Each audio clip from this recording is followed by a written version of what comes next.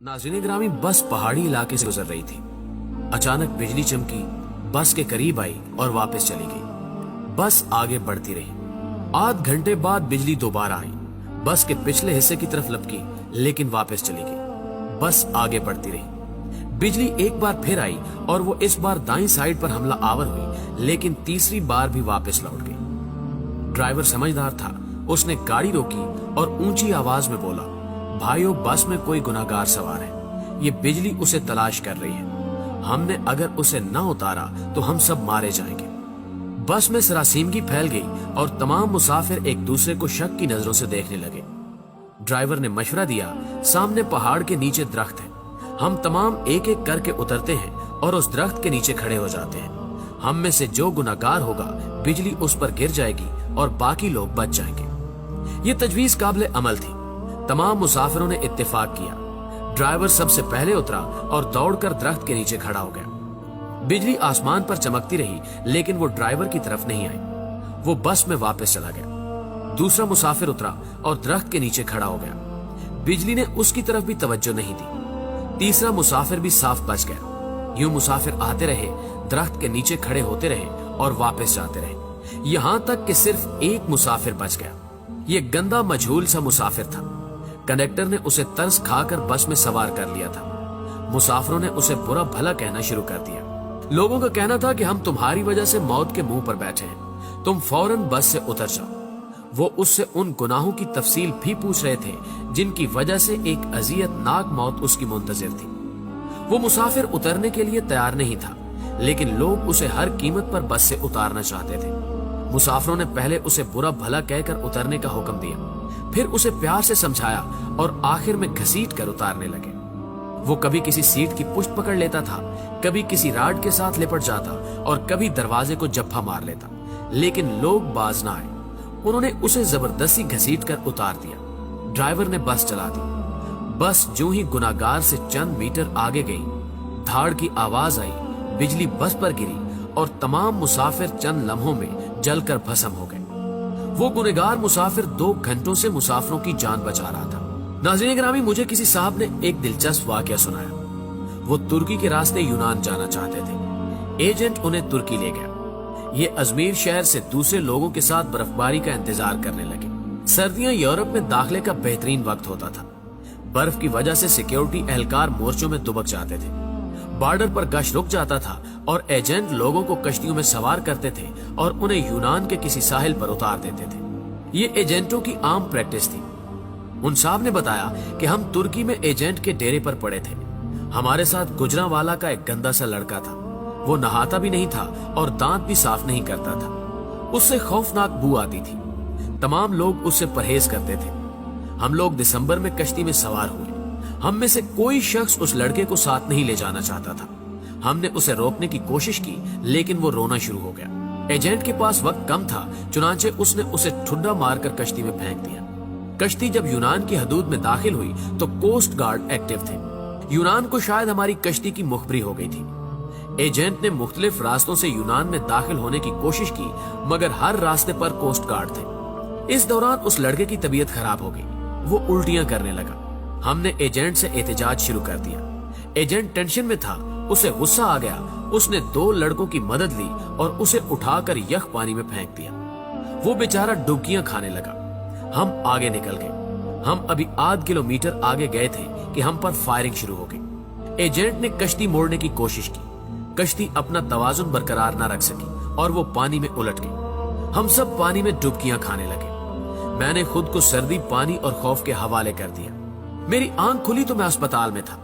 मुझे अमले ने बताया कि कश्ती में सवार तमाम लोग मर चुके हैं, सिर्फ 2 लोग बचे हैं। मैंने दूसरे शख्स के बारे में पूछा। डॉक्टर ने मेरे बेड का पर्दा हटा दिया। दूसरे बेड पर वही लड़का लेटा था जिसे हमने अपने हाथों से समंदर में फेंका था। समंदर की लहरें धकेलकर उसे साहिल तक ले आई थी। मुझे कोस्ट गार्ड ने बचा लिया था, जबकि बाकी लोग गोलियों का निशाना बन गए या फिर सर्दी से ठिठर कर मर चुके थे। मैं 15 दिन अस्पताल में रहा। मैं इस दौरान ये सोचता रहा कि मैं क्यों बच गया। मुझे कोई जवाब नहीं सूझता था। मैं जब अस्पताल से डिस्चार्ज हो रहा था, मुझे उस वक्त याद आया कि मैंने इस लड़के को लाइफ जैकेट पहनाई थी। एजेंट जब उसे पानी में फेंकने के लिए आ रहा था तो मैंने फौरन बाग से जैकेट निकालकर उसे पहना दी थी। ये वो नेकी थी जिसने मुझे बचा लिया। मुझे जो ही ये नेकी याद आई, मुझे 6 माह का वो सारा जमाना याद आ गया जो हमने उस लड़के के साथ गुजारा था। हम न सिर्फ तुर्की में उसकी वजह से बचते रहे थे, बल्कि वो जब तक हमारी कश्ती में मौजूद रहा, हम कोस्ट गार्ड से भी महफूज रहे, यख पानी से भी और मौत से भी महफूज रहे। हमने जो ही उसे कश्ती से धक्का दिया, मौत ने हम पर अटैक कर दिया। मैंने पुलिस से दरखास्त की कि मैं अपने साथी से मिलना चाहता हूँ। पुलिस एहलकारों ने बताया कि वो पुलिस वैन में तुम्हारा इंतजार कर रहा है। मैं गाड़ी में सवार हुआ और जाते ही उसे गले लगा लिया। मुझे उस वक्त उसके जिस्म से किसी किस्म की बू नहीं आ रही थी। मुझे मालूम हुआ कि मेरे साथियों को उसके जिस्म से अपनी मौत की बू आती थी। ये उन लोगों की मौत थी जो उन्हें उससे अलग करना चाहती थी, और जो ही अलग हुए सब के सब मौत की आगोश में चले गए। नाज़रीन ग्रामी, मेरे एक बुजुर्ग दोस्त जवानी में अरबपति थे, लेकिन उनकी जिंदगी का आखिरी हिस्सा उसरत में गुजरा। मुझे उन्होंने एक दिन अपनी कहानी सुनाई। उन्होंने बताया कि मेरे वालिद मिल में काम करते थे, गुजारा मुश्किल से होता था। उनका एक कजन माजूर था। कजन के वालिदैन फौत हो गए, उसके आगे पीछे कोई नहीं रहा। मेरे वालिद को तरस आ गया और वो उसे अपने घर ले आए। हम 5 बहन भाई थे। घर में गुर्बत थी और ऊपर से एक माजूर बच्चा सर पर आ गया। वालदा को वो अच्छे नहीं लगते थे। वो सारा दिन उन्हें कोसती रहती थी। हम भी वालदा की वजह से उनसे नफरत करते थे, लेकिन मेरे वालिद को उनसे मोहब्बत थी। वो उन्हें हाथ से खाना भी खिलाते थे और उनका बोल बराज भी साफ करते थे और उन्हें कपड़े भी पहनाते थे। अल्लाह का करना ये हुआ, हमारे हालात बदल गए। हमारे वालिद ने छोटी सी भट्टी लगाई। ये भट्टी कारखाना बनी और वो कारखाना कारखानों में तब्दील हो गया। हम अरबपति हो गए। 1980 की दहाई में हमारे वालिद फौत हो गए। वो चचा तरके में मुझे मिल गए। मैंने उन्हें चंद माह अपने घर रखा, लेकिन मैं जल्द ही तंग आ गया। मैंने उन्हें पागल खाने में दाखिल करा दिया और वो पागल खाने में रहकर इंतकाल कर गए। बस उनके इंतकाल की देर थी कि हमारा पूरा खानदान अर्श से फर्श पर आ गया।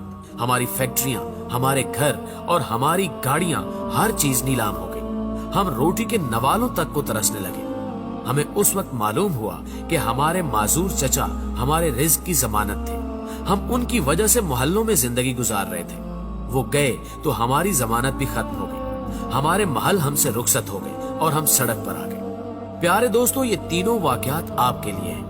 हम नहीं जानते कि हम किन लोगों की वजह से जिंदा हैं, हम किन की वजह से कामयाब हैं और हम किन की बदौलत मोहल्लों में जिंदगी गुजार रहे हैं। हम ये भी नहीं जानते कि हम किसको बस से उतारेंगे, हम किसको कश्ती से बाहर फेंकेंगे और हम किसके खाने की प्लेट उठाएंगे, और वो शख्स हमारा रिस्क, हमारी कामयाबी और हमारी जिंदगी साथ ले जाएगा।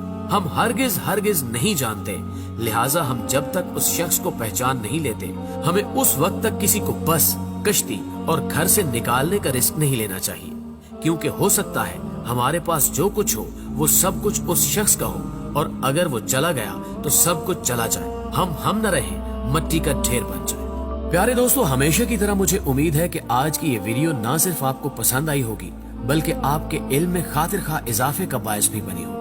अगर आज भी आप इस वीडियो में की गई बातों से इत्तेफाक करते हैं तो इस वीडियो को लाइक करते हुए अपने दीगर दोस्तों के साथ फेसबुक और व्हाट्सएप पर जरूर शेयर कीजिएगा। इस वीडियो को शेयर जरूर कीजिए, हो सकता है आपके एक शेयर से ये बात किसी के दिल में उतर जाए। जज़ाकल्लाह।